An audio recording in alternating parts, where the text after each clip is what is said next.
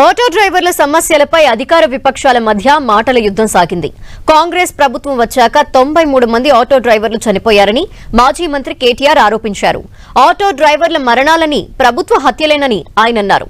దీనికి మంత్రి పొన్నం ప్రభాకర్ కౌంటర్ ఇచ్చారు. ఆటో డ్రైవర్ల సమస్యలపై బీఆర్ఎస్ మొసలి కన్నీళ్లు కారుస్తోందన్నారు.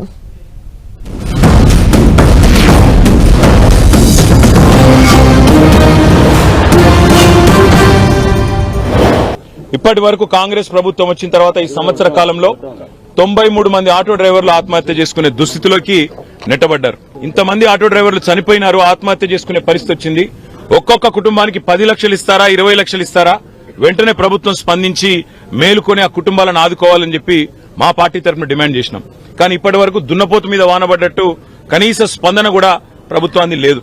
అందుకే ఇవాళ ఆటో డ్రైవర్లకు రాష్ట్ర వ్యాప్తంగా ఉండే లక్షలాది మంది ఆటో అన్నలకు, ఆటో తమ్ముళ్లకు, వాళ్ళ కుటుంబాలకు సంఘీభావంగా మా పార్టీ అధ్యక్షులు పెద్దలు కేసీఆర్ గారి ఆదేశం మేరకు మేమందరం కూడా ఇవాళ వాయిదా తీర్మానం ఇవ్వడమే కాకుండా ఆటో డ్రైవర్ల సంక్షేమం విషయంలో, ఆటో డ్రైవర్లకు ఇచ్చిన హామీలు నిలబెట్టుకునే విషయంలో టీఆర్ఎస్ పార్టీ ఆటో కార్మికుల పైన మొసలి కన్నీరు గారుస్తా ఉంది.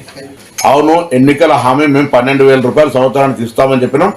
మీ నిర్వాహకం వల్ల, ఆర్థిక సంక్షోభం వల్ల ఈ సంవత్సరం ఇవ్వలేకపోయినాం.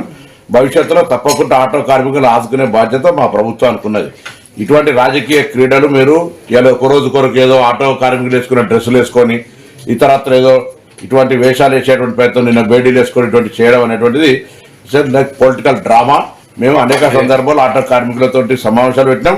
రండి, ఆటో ప్రతినిధులు తీసుకొని బరాబరు డెమోక్రటిక్ గా ఆఫీసులో కూర్చొని మాట్లాడదాం. అంతేగాని ఇటువంటి వాళ్ళ పేరు మీద మీరు పొలిటికల్ ప్రోగ్రామ్ తీసుకునేటువంటి ప్రయత్నం చేస్తే ఇది మంచిది కాదు సమాజానికని మనం చేస్తాము.